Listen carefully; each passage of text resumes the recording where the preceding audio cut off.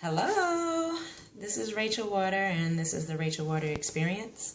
We have surpassed the 1 week mark. Yay! Now on week 2, day 8 of the gallon of water a day challenge. Of course, this has been my own personal challenge, and so I'm going to show off my accomplishments. 1 bottle, 2 bottles, 3 bottles. 4 bottles, 5, 6, and 7. I have drank 7 gallons of water this week. I am very proud of myself because usually that would have been vodka, and it's not. So I'm pretty excited. And yeah, this has been my personal challenge, but it's not just for me. I've been talking to different people through the week. One of my good friends and I reconnected yesterday after a long time of not even seeing her, hearing from her, anything. And she just recently had a very traumatic experience occur that is now resulting in her having to detoxify her system. And because of my candidness with my own attempt at drinking a gallon of water a day, I was able to encourage her to go for it and, encourage her and let her know she can do it. If I can do it, anybody can do it. And while she might not be able to start with a gallon a day because of health issues, she can build up to that. And any of you can. Believe me, it's just like anything else. The more you do it, the easier it becomes.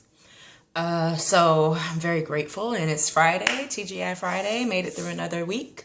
I know we're all pretty happy about that, unless you work on the weekend and your weekend's just starting, then that's awesome too. Welcome to the weekend, however it comes for you and goes for you. For those who are done with their week, I would love to encourage you to, instead of drinking alcohol this weekend, drink water. See where that takes you versus, the way you might be used to having fun.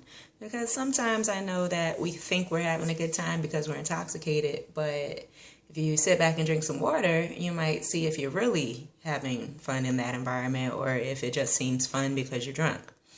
And once again, I just want to reiterate that this isn't about a lack type of thing or just say no to this and that. However, it is a detox for me, and it also is a creation of a habit and a way of life, and helping me to go towards my own personal Buddhahood nature and status in this world. So for you, it might be something different. It might be weight loss. It might be some kind of spiritual vow, that you want to uphold. It just might be a lifestyle change. Some people just really don't drink water at all, and they just need to drink some water. We all do. So whatever it is, I hope that I'm inspiring you to go towards whatever goal and accomplishment you'd like to achieve. So, I got a haircut. I don't know if you noticed. A little slick on the side, and I have been growing my hair out from being totally pretty much bald 6 months ago to now, and so I have about 4 inches of growth here, and I'm pretty excited about that. But I had this thing going on at the sides where it was like a weeping willow tree type of rainforest vibe on the sides because I have really curly hair, and I wasn't about that life. So one of my good buddies surprised me with a free barbershop visit yesterday. So I'm very grateful about it because it's amazing what a little haircut will do for your self-esteem. Honestly, I've always been like that. I've always needed my hair done or else I just don't feel right. So I'm walking a little taller today and a little happier, feeling myself a little more, and I think it shows because I got a couple of eyes. I noticed a couple of eyes in the cafeteria, but that's another story. Anyway, I don't really have much to share today, but I did want to go back to the 36 questions to fall in love that were featured in the Washington Times earlier this month in the style section. And I wanted to answer another one of those questions because, I'd like for you guys to get to know me a little better. And I would advocate for you to check out day 5, I think, it was either day 5 or day 6 when I read the entire list. Once again, these are questions that if you find yourself around someone that you're considering dating, or somebody who, you think is kind of cute, you can dive into these questions together and see if it's a match made in heaven or hell, one or the other. Anyway, number 2, I already went to number 1 last week. A few days ago. And so number 2 is, would you like to be famous? In what way? That's a very interesting question, because here I am on a blog which is going all over the world, and eventually I'll be known somewhere that I'm not known, and because that's just how it works. And do I want to be famous? Yes, I'm not gonna lie, I do want to be famous. I always have wanted to be famous, but I want to be famous in a certain type of way. I just saw a recent, this morning actually, a few minutes ago, Suge Knight is basically in some more trouble for a hit and run. And that's not the type of famous I want. Suge Knight has been around and been the notorious bad boy for most of my life. And just been in a lot of trouble for a very long time. So much trouble that it completely overrides anything professional that he's ever done. We know him as that bad boy, that killer, that gangster, and I have definitely been in that environment, not necessarily in Compton, even though I have been to Compton because I lived in LA for 3 years. I've never been in that environment out there, but I've definitely been, a part of my life was definitely in the street, and it made me stronger, it made me wiser. I definitely was way greener and way more square than I was after that time. So I am very much, wiser because of it, but I never wanted to be a hood star. I never wanted to be famous in the streets as this G, okay? Yeah, while some people in certain circles might consider me a bit of an OG, because of my experiences in my 20s, I don't consider myself that at all, because I don't glamorize it. I don't think that that is cool, and I don't think that crime and death and all of that is anything to take into account in regards to accomplishments in your life. I'll never advocate it. However, it's good to know about because it's real. The type of famous I would like to be is more in light of that, which I just shared. I'd like to accomplish Buddhahood. And what that means is enlightenment. It's overstanding your surroundings and this world.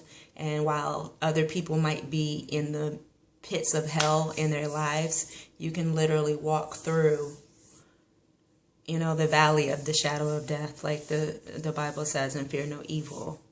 You can, like they say, exit the matrix. Some people use the language of, going into 4D reality instead of this 3D reality, or 5D, trying to get towards being a 5-dimensional being, all that kind of stuff. While I don't necessarily want to be a 5-dimensional being, because that means I'd have to not be physically human right now, which is not where I want to be right now.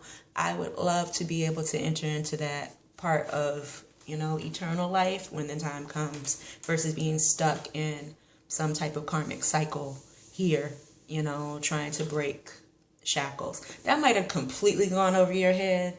Maybe you should rewind it a few times and listen to it again, pray on it, meditate on it, let it resonate. But when it finally does, if it ever does, that's the type of famous I want to be. I want to be someone who can share and spread enlightenment and love and joy and self-love, and self-forgiveness.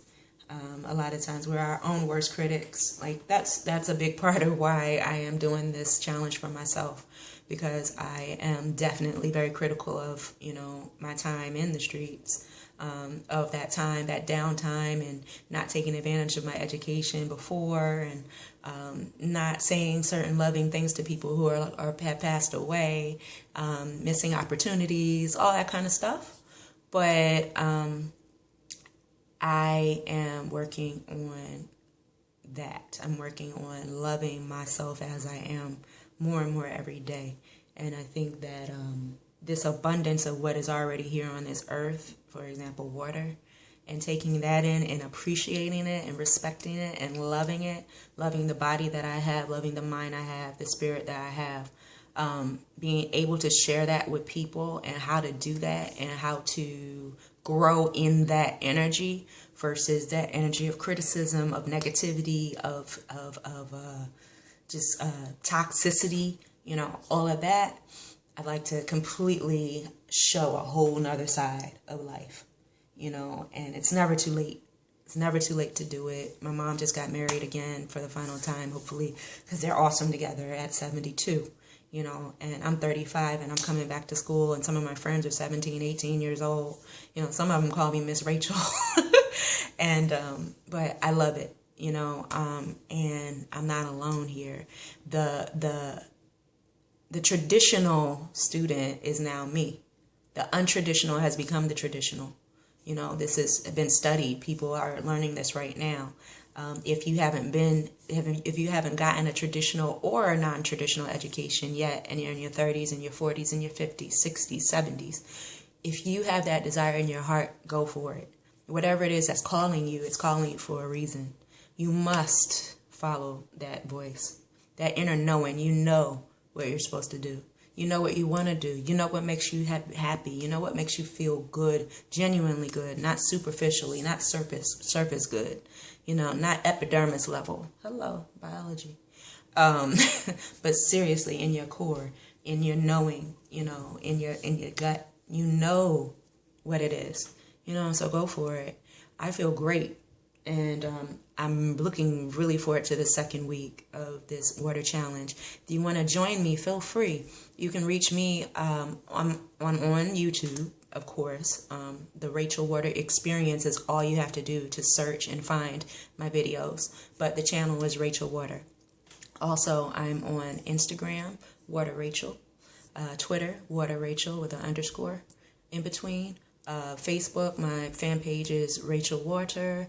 And my blog is rachelwater717.wordpress. So check me out. I'm going to do a hangout soon with some guests. And I'm going to do that a lot more often because people say they like the little halo. But I am out of here, TGIF, and I'll see you guys tomorrow.